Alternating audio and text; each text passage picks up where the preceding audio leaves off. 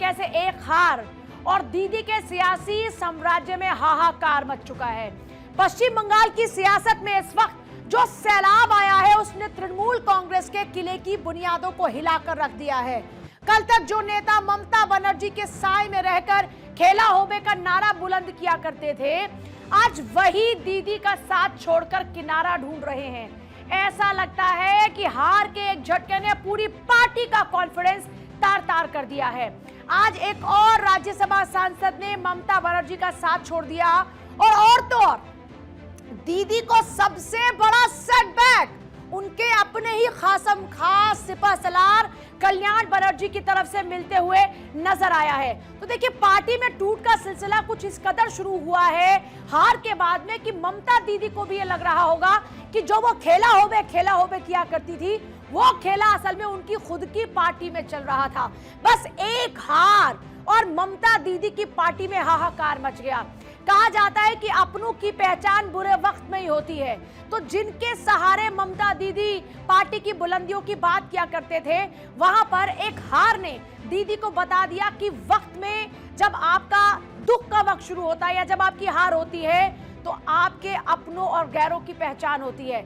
जो नेता 2 दिन पहले तक ममता बनर्जी के सबसे मुखर समर्थकों में गिने जा रहे थे, जो बागियों पर जमकर हमला बोला करते थे, जो दुहाई दिया करते थे दूसरी पार्टी के नेताओं को और कहा करते थे कि हम वफादार हैं, हम बदलने वाले नहीं हैं, जो पार्टी लाइन को मजबूती से बचाया करते थे, आज वही कल्याण बनर्जी खुलेआम बगावती तेवर करते हुए नजर आते हैं।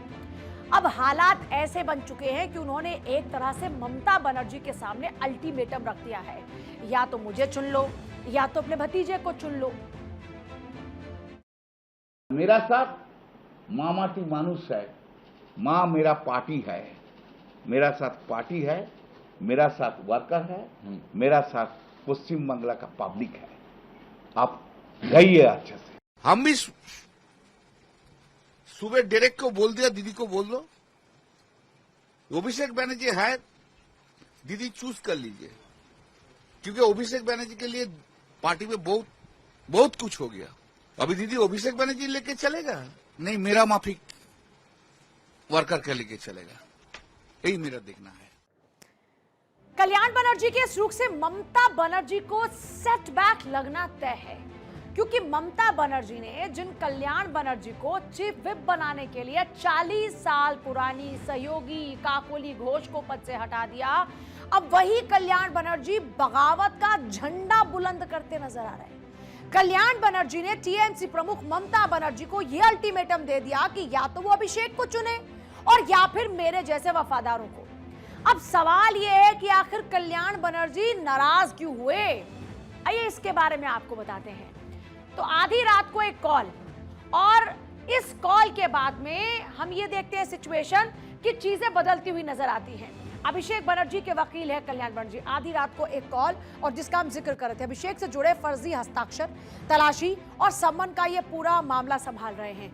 कल्याण बनर्जी को अचानक कैसे हटा दिया गया, आधी रात को फोन आया, वकील बदलने की बात कल्याण बनर्जी से बताई गई।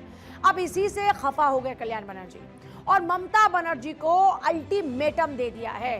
कल्याण बनर्जी ने जिस तरह से अपनी नाराजगी को जाहिर किया, उसको लेकर केंद्रीय मंत्री पीयूष गोयल ने रिएक्शन दिया है, एक बार सुनिए। जो पश्चिम बंगाल की स्थिति है वो ममता बनर्जी जी के बहुत ही क्रूर शासन के प्रतीक के रूप में देश ने देखी है। वास्तव में पश्चिम बंगाल को आज़ादी मिली है इस चुनाव के बाद, और लोग आज़ादी से अपनी बात रख रहे हैं, अपने दिल की बातें बोल रहे हैं। शायद कल्याण बनर्जी जी को भी अब छूट मिली है कि अपने दिल की बात तो लोगों तक रख पाए। अगर देखें तो अब कल्याण बनर्जी भी उसी राह पर चलते हुए दिखाई दे रहे हैं जिस राह पर पहले ही कई सारे सांसद और विधायक चल चुके हैं, यानी बगावती रुख अख्तियार कर चुके हैं। कल्याण बनर्जी से पहले टीएमसी के एक और राज्यसभा सांसद ने दीदी को सेटबैक किया। अब कौन कौन से लोग हैं, आइए सबसे पहले बात करते हैं प्रकाश चिकबराई की, सांसद जो पार्टी का साथ छोड़ते नजर आए। फिर दूसरा नाम आता है सुष्मिता देव का, इन्होंने 10 तारीख को यह बात कही। फिर आते हैं सुखेंदु शेखर रॉय। 8 जून 2026 से यह सिलसिला शुरू होता है और प्रकाश चिक बराई तक पहुंच चुका है। और ये एक स्तर तक सीमित नहीं रह गई है सिचुएशन। हालात ऐसे हैं कि सिर्फ राज्यसभा सांसद नहीं बल्कि लोकसभा सांसद, विधानसभा के विधायक भी खुलकर असंतोष जाहिर कर रहे हैं और बागी हो चुके हैं। पार्टी के भीतर उठ रही बगावत की आवाजें अब दबने का नाम नहीं ले रही, बल्कि दिन ब दिन और ज्यादा बुलंद होती जा रही हैं। सवाल यह है कि आखिर दीदी की पार्टी में ऐसा चल क्या रहा है कि अपने ही नेता नेतृत्व के खिलाफ मोर्चा खोलते हुए नजर आ रहे हैं? क्या ये महज नाराजगी है या फिर टीएमसी के भीतर किसी बड़े राजनीतिक संकट की आहट? क्योंकि पार्टी में हर स्तर पर बगावत देखी जा रही है। अब कैसे बागियों ने टेंशन को बढ़ा दिया है, आइए वो आपको समझाते हैं। देखिए, ऋतव्रत बनर्जी का एक नया दावा है। क्या दावा है? दावा ये कर रहे हैं कि साहब 64 विधायक, गौर फरमाइएगा आंकड़े पर, कि 64 विधायक हमारे पास हैं। बागी लोकसभा सांसद पत्र पर 19 हस्ताक्षर का वो दावा कर रहे हैं कि साहब हमारे पास इतने हस्ताक्षर है। मेयर्स की बात करें तो दीदी के खास फिरहाद हकीम ने इस्तीफा दे दिया। तो एक के बाद एक झटका समझिए कैसे लग रहा है। अब पार्षदों की बात करते हैं तो आए दिन टीएमसी पार्षद भी इस्तीफा दे रहे हैं। टीएमसी में छठी बगावत की लहर अब ममता बनर्जी के लिए सबसे बड़ी चिंता बनती जा रही है। कैसे, ये समझिए। हैरानी की बात तो यह है कि बागी तेवर दिखाने वालों में से ऐसे लोकसभा सांसदों के नाम शामिल हैं जिन्हें दीदी अपना कभी बेहद करीबी माना करती थी। वो कहते हैं ना कि पार्टी में कुछ लोग बड़े खासम खास होते हैं जिनको आप बड़ा भरोसेमंद मानते हैं, और भरोसेमंद सिपाही जिनके साथ मिलकर आप पार्टी के लिए स्ट्रैटेजी बनाते हैं, हर बात उनको बताते हैं। आज वही सिपहसालार दीदी से खफा हो चुके हैं।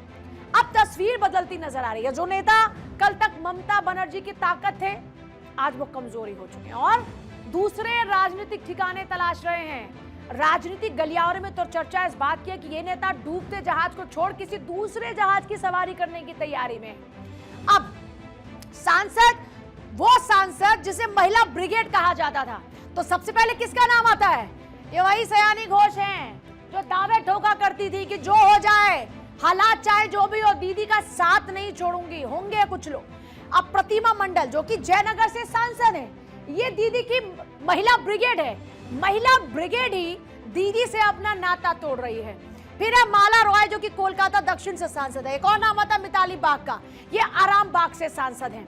तो ये वो नाम है जो अब दीदी से खफा हो चुके हैं। बागी सांसदों में आसनसोल से लोकसभा सांसद शत्रुघ्न सिन्हा का भी नाम है, क्योंकि कहा जा रहा है कि जिन 19 सांसदों ने उस पत्र पर हस्ताक्षर किए, जिसका दावा किया जा रहा था कि हमारे पास 19 सांसदों के हस्ताक्षर हैं, उन्हें शॉटगन भी उनमें शामिल है।